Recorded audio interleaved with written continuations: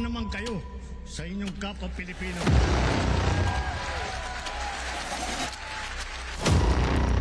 Pinastos pa nila ako. For detention and the basis for detention. And that's the smoking gun ng proceeds of the illegal.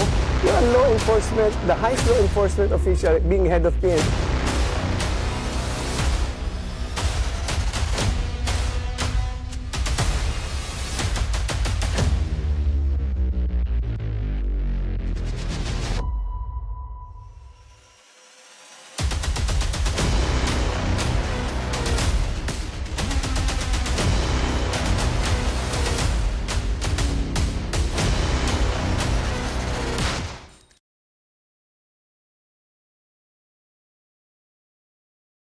PLA or the People's Liberation Army ng China ay under level 1 combat readiness. Ano po ang ibig sabihin nito? Daw pong probability that there is a high chance of an international a growing international tense situation of a foreign war that is getting to start.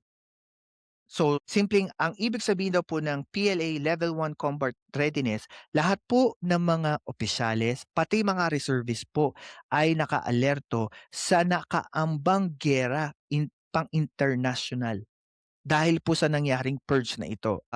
Eksperto, pagka daw po naka-level 1 ang PLA ng China, lahat daw po ng mga PLA officer ay naka-duty na 24/7.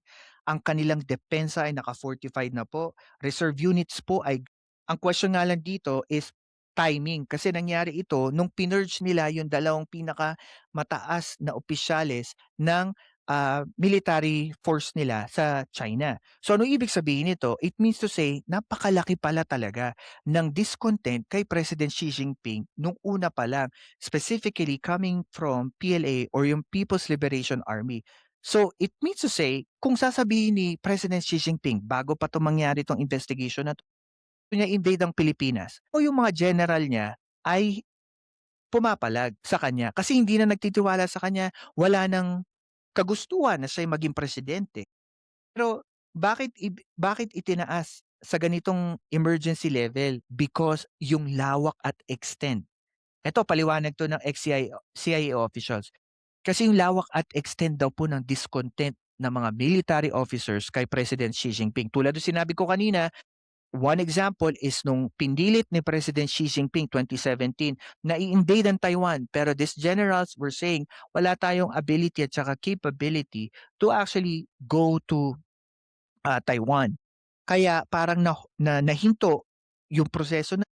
And then, after na nagkaroon ng election sa CCP, presidente ulit, presidente si Xi Jinping at nagkaroon siya ng mandat, parang nagkaroon sila ng ruling sa CCP na parang siya yung magiging president for life. Kaya parang nagkaroon ng malaking discontent. Ayan. Dito sa gobyerno ng China. O, di ba? Ano pa ba? So another